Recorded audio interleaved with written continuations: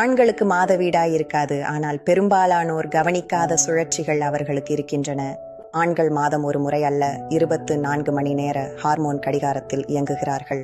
Testosterone அதிகமாக இருக்கும் நேரம் காலை 7 முதல் 9 மணி வரை. அந்த நேரத்தில் அவர் கவனம், நம்பிக்கை, போட்டியுணர்வு, தெளிவாக இருப்பார். நாள் முழுவதும் அது குறைந்து கொண்டே போகிறது.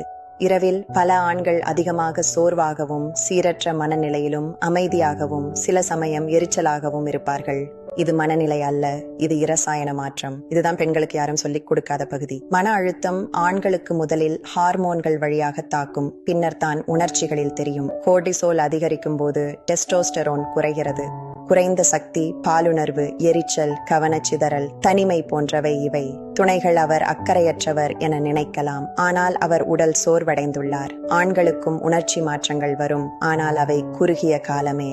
3-7 நாட்கள் நீடிக்கும். இதற்கு தூக்கமின்மை, வேலை அழுத்தம், சண்டைகளே காரணம். இந்த நிலையில் ஊக்கம் குறைந்து அமைதி கூடும். தவறு என்ன? அவர் சீராக முயலும் போது தொடர்பை வற்புறுத்துவது. ஏனெனில் ஆண்கள் வேறு விதமாக சீரடைகிறார்கள்.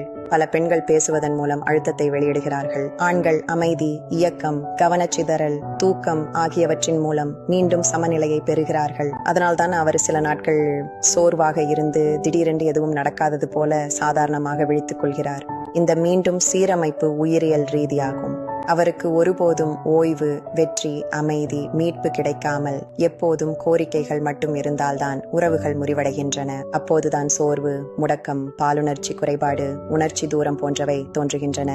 அவர் பலவீனமானவர் என்பதற்காக இல்லை, அவரது அமைப்பு நீண்ட நாட்களாக அதிக அழுத்தத்தில் இயங்கியதால் தான். ஒரு ஆண் குறைந்த நிலையில் இருக்கும்போது அவரை சரி செய்ய வேண்டியதில்லை.